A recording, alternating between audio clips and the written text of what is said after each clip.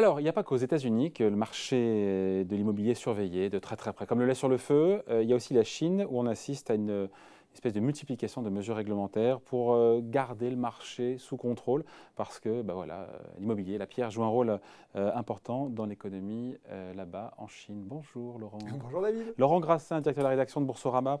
Une des illustrations de ce qui est en train de se passer en Chine, ce sont les difficultés qu'affronte un nom qui ne parle à personne, c'est le géant du secteur, c'est Evergrande. Oui, on dit comme ça Evergrande, Ouais. on pourrait tenter de le prononcer Evergrande, non, Oui. Evergrande a priori.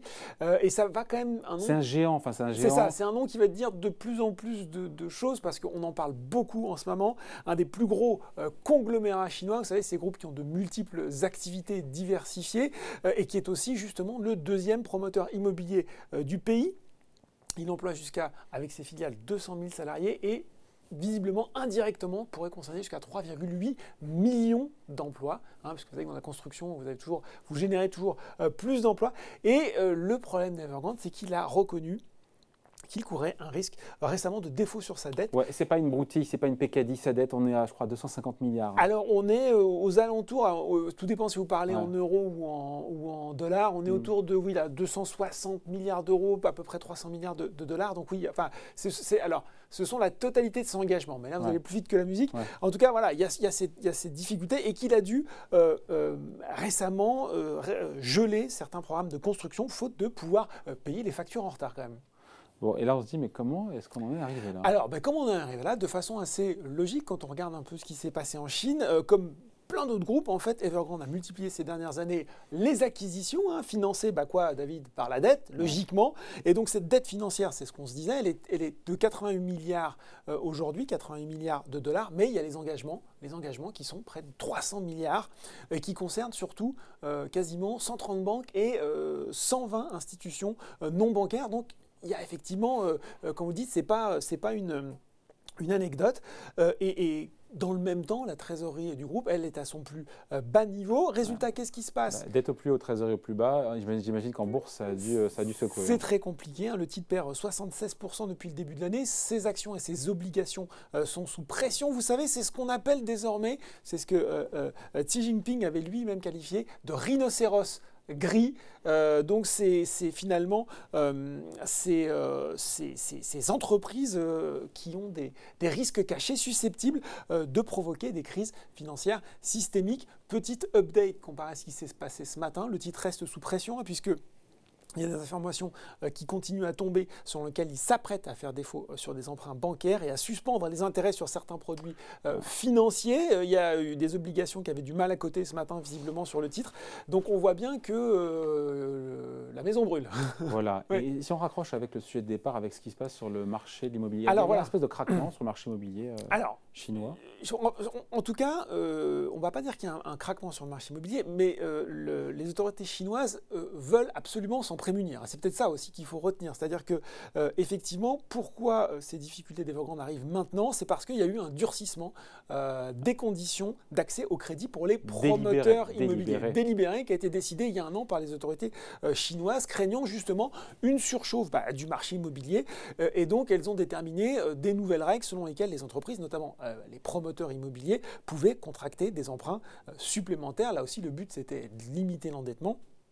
Et puis surtout d'éviter comme ça une augmentation des prix. Et il n'y a pas eu que ça, c'est-à-dire que c'est là où finalement on raccroche les wagons avec ce qui se passe de façon plus générale sur le marché immobilier. Ils ont poursuivi les banques afin de réprimer les prêts illicites. Il y a aussi les autorités centrales qui ont demandé à 5 villes récemment de renforcer les contrôles sur les prix de vente des logements. Et puis à Shenzhen, où visiblement les prix explosent joyeusement, il y a une campagne qui a été lancée visant là aussi à réprimer les prêts illicites. Finalement, l'objectif, il est assez clair et ça revient un peu à ce qu'on se dit sur les différents plans de relance, c'est que finalement, et vous en parliez il n'y a pas si longtemps avec Patrick Artus, c'est que l'argent, on préfère dans les plans de relance qu'il aille soutenir les industries, l'économie manufacturière, la technologie, plutôt que d'alimenter une bulle et sur la construction et sur les achats d'appartements ou de maisons. Et c'est pareil là-bas? en Chine. Et c'est pareil là-bas, puisque le gouvernement avait prévenu, hein, il y a cette phrase de Xi Jinping que j'ai retrouvée dans les Échos qui disait « Un logement est fait pour vivre, pas pour spéculer ». Ouais. Voilà, donc ça c'est clair, c'est vrai, oui, mais effectivement le pouvoir central voulait éviter que l'immobilier devienne comme ça un instrument de spéculation. Mais oui, voilà David, ce qui se passe, c'est que oui, ça se passe aussi quand même en Chine. Les investissements immobiliers, ils ont encore augmenté de 25% au premier semestre 2021 et les prix, eux, restent dynamiques, ils continuent à monter. Donc on pourrait dire même cause, mêmes effets. C'est particulièrement important en Chine où on sait que l'immobilier joue un rôle fondamental déjà pour l'épargne et l'endettement des Chinois. C'est un quart du PIB, c'est 10% de l'emploi. Donc on comprend bien ce que ça a de stratégique pour le gouvernement de maîtriser ce qui se passe sur ce marché. Pardon, je fais le lien, mais si le marché pour l'instant va bien, même si le marché immobilier va bien, même si Pékin cherche à resserrer un peu les conditions pour éviter la bulle, comment on arrive à Evergrande qui va mal puisque le marché est sain derrière? Parce que en fait, c'est que on est sur des groupes qui sont déjà hyper tendus et qui ont besoin du financement constant pour pouvoir se développer et qui se retrouvent tout d'un coup privés d'un accès au financement, ce qui va compliquer singulièrement leur situation. Ok. Et donc on finit là-dessus, mais donc il y a cette volonté d'avoir un marché immobilier qui est sous contrôle en Chine, au risque évidemment, puisque ça pèse lourd dans la croissance, de pénaliser l'activité.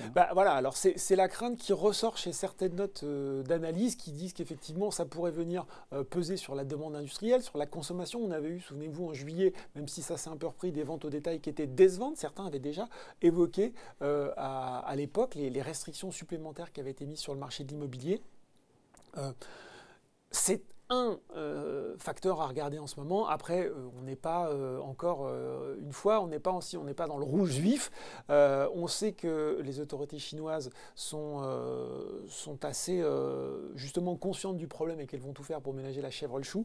Et sur Evergrande, pour finalement reboucler par là où on avait commencé, il y a beaucoup d'analystes là aussi qui disent que on va bien voir, hein, puisqu'il semblerait que ça s'intensifie, mais qu'il est un peu too big to fail et que là aussi, on va l'accompagner dans cette période pour faire face à ces difficultés et pas le voir tomber avec toutes les répercussions négatives que ça pourrait avoir. Parce qu'après, il faut éteindre l'incendie. C'est ça. Donc, c'est un facteur qui va être intéressant à continuer à regarder sur les mois à venir. Pour le moment, il est encore trop tôt pour parler d'une vraie menace. Voilà, merci beaucoup. Merci Laurent Grassin, directeur de la rédaction de Boursorama. Bonne journée.